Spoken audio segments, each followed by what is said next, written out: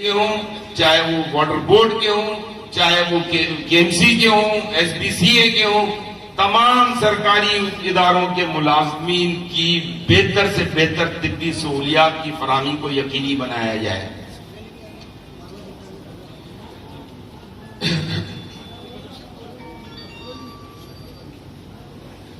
दूसरा, कॉन्ट्रैक्ट मुलाजमीन का जिस तरह मैंने कहा, उसी तरीके से आप केएमसी में जब हम थे तो हमने देखा कि फायर ब्रिगेड के जो अफसरान हैं उनका एक साल से मसला चल रहा है, उस मसले को रिजॉल्व ही नहीं करते। हालांकि अगर चाहें उसको एक दफा रिजॉल्व कर दें, उस मसले को कंटिन्यू करने के लिए हर दफा थोड़ा बहुत फंड दे के और ये उनको जो है वो उन मजदूरों को, उन फायर फाइटर्स को जो है वक्ती तौर पर खामोश कर देते हैं। लेकिन इस सिलसिले को वंस फॉर ऑल पूरी तरीके से खत्म होना चाहिए। और दूसरी सबसे इंपॉर्टेंट चीज ये है कि ये मनपसंद अफसरान को रखने के लिए, लोगों को और लोगों को थ्रेट करने के लिए, लोगों को अंडर प्रेशर लेने के लिए दूसरे महकमों में, दूसरे डिपार्टमेंट्स में जो ट्रांसफर किया जाता है, उस चीज को भी रोका जाए। जो अफसरान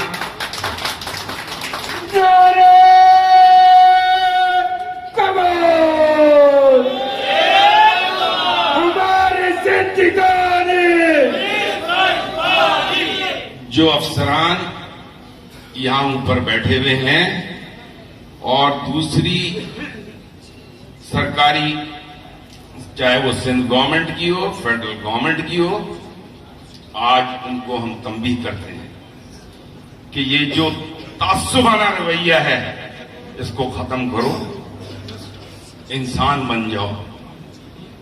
ये शहर हमारा है, इस शहर को हमने बनाया है, तुमने इसका बेड़ा गर्क किया है, हम इस शहर से पूरे पाकिस्तान को पालते हैं। तो फिर खुदारा ये जो जुल्म आप कर रहे हो हमारे लोगों पर, उनको जबरदस्ती सिर्फ और सिर्फ इसलिए कि वो आपको पसंद नहीं है, आप जो उनके ट्रांसफर्स करते हो, आप जो यहां पर आपने बदनजमी की हुई है, मैनेजमेंट आपसे हो, नीचे काम करने वाला भी बेचारा परेशान हो जाता है और वो फिर इसी तरीके से फिर इदारे बर्बाद होते चले जाते हैं।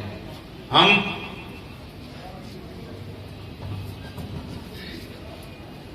पाक सरजमीन पार्टी इस बात पर यकीन रखती है कि हमें इस शहर के लोगों को, यहां जितने लोग काम कर रहे हैं, जितने भी लोग यहां काम करते हैं और भी किसी इदारे में, केडीए में हो, केएमसी में हो, वाटर बोर्ड में हो, एसबीसीए में हो, एसबीसीए का नाम केबीसीए से एसबीसीए हो गया, पता नहीं दफ्तर लाड़काना कब जाएगा, नाम बदल दिए लेकिन इदारों का बेड़ा गर्क किया। जो भी इदारे हों, जो लोग यहां पर काम कर रहे हैं वही इसके मालिक हैं और वो उन इदारों को सही से चलाना जानते हैं। जो 4 साल के लिए या 5 साल के लिए ऊपर इलेक्टेड नुमाइंदा आता है, उसको गाइड करने के लिए यही लोग चाहिए, यही लोग उसको गाइड करेंगे, तभी इदारे ठीक होंगे। हाँ, उसने भी अपनी मैनेजमेंट, ईमानदारी और बाकिरदार होने का सबूत देना है, उसने मेहनत से काम करना है, उसने अपनी मैनेजमेंट दिखानी है, जिस तरीके से मुस्तफा कमाल ने किया। ये तमाम इदारे मुस्तफा कमाल के अंडर में 4 साल रहे और उन 4 सालों को, जैसा मैंने पहले कहा कि 30 सालों में कोई वो 4 साल के अलावा गिनवा दे कि कराची में बेहतरी हुई हो। मुस्तफा कमाल ने कराची को डिलीवर किया था। मुस्तफा कमाल जानता है कैसे कराची को डिलीवर करना है। आप लोगों के चंद इश्यूज हैं,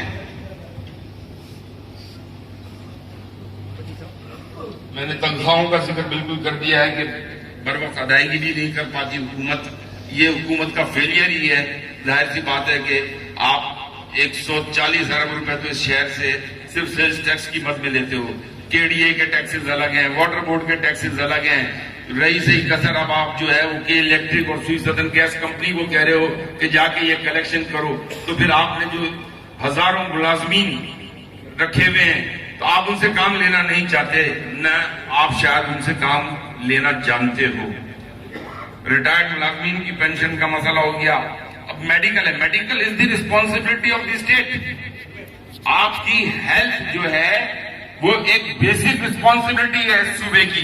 सूबे ने शुरू में जब 18वीं तरमीम के बाद तमाम मेडिकल इंस्टीट्यूशन उस जगह लाके, जहां पर अगर आप बात करते हो पाकिस्तान की इकोनॉमी की या सूबे की इकोनॉमी की, तो फिर वो कराची है और कराची के इदारे हैं और कराची का मजदूर है, कराची के तमाम लोग हैं। तो मैं आप सब लोगों को एक दफा फिर कहूंगा, जिस तरीके से मुस्तफा कमाल भाई का सबसे इंपॉर्टेंट जो पैगाम होता है हर जगह, वो ये होता है कि हमने आपस में मिलजुल कर रहना है, हमने जुड़ना है, हमने जुड़ना है, हमने तोड़ना नहीं है।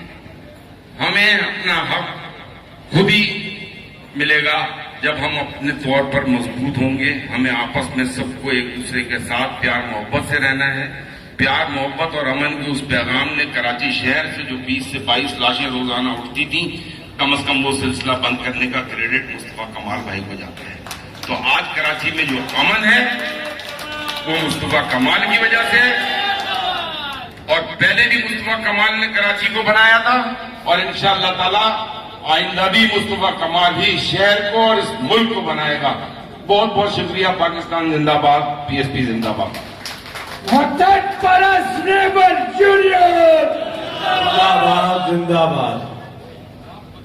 ये थे जनाब अरशद बोहरा भाई, ये वो अजीम हस्ती जिन्होंने अपने दौरे इक़्तिदार को लात मारकर बातिल से खुली।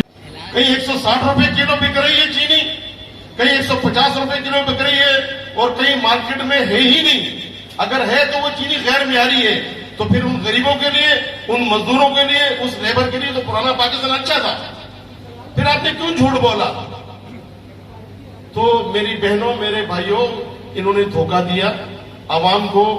और फिर जो बात करते हैं रोटी कपड़ा और मकान की, जिनके पास तकरीबन कमोबेश 14 साल से सिंध का इक़्तिदार है, इन 14 सालों में इन्होंने क्या किया आपके सामने? कराची,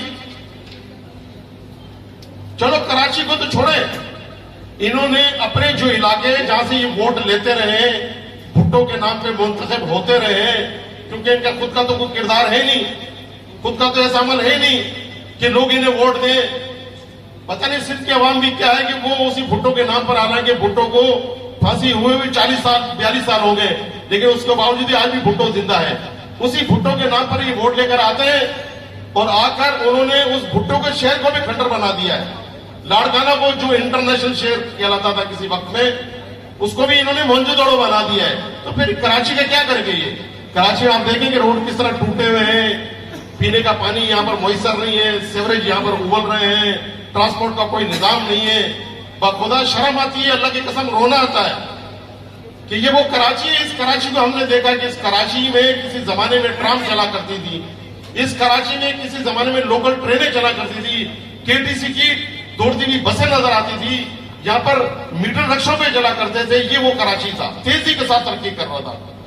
फिर पता नहीं किसकी नजर लगी तो कराची तबाह व बर्बाद हो गया। फिर एक ऐसा वक्त आया कि सैयद मुस्तफा कमाल ने, अल्लाह ताला ने उनको चुना और वो इस कराची के मेयर बने, नाजिम बने। ये मैं नहीं कह रहा, ये लोग कह रहे हैं, लोग। और लोग नहीं कह रहे, बल्कि उस वक्त के chief justice, sitting chief justice Iftikhar Hussain Chaudhry ने कहा था कि अगर आपको काम देखना है, अगर आपको परफॉर्मेंस देखनी है, अगर आपको डिलीवरेंस देखनी है, तो जाके कराची में सैयद मुस्तफा कमाल की देखें कि किस तरह उन्होंने कराची को दुनिया के चौथे बड़े शहर में शामिल कर दिया लाभी तरक्की के साथ। तो ये वो मुस्तफा कमाल। तो मुस्तफा कमाल ने काम किया इसी कराची को। आप देखें कि इस कराची, सुने मैं आखिर में ना लगेगा इंशाअल्लाह ताला, इस कराची को आप देखें कि फ्लाईओवर्स, जितने फ्लाईओवर्स हैं कराची में, फ्लाईओवर्स, अंडरपासेस, कितने अंडरपास बनाए, कितने फ्लाईओवर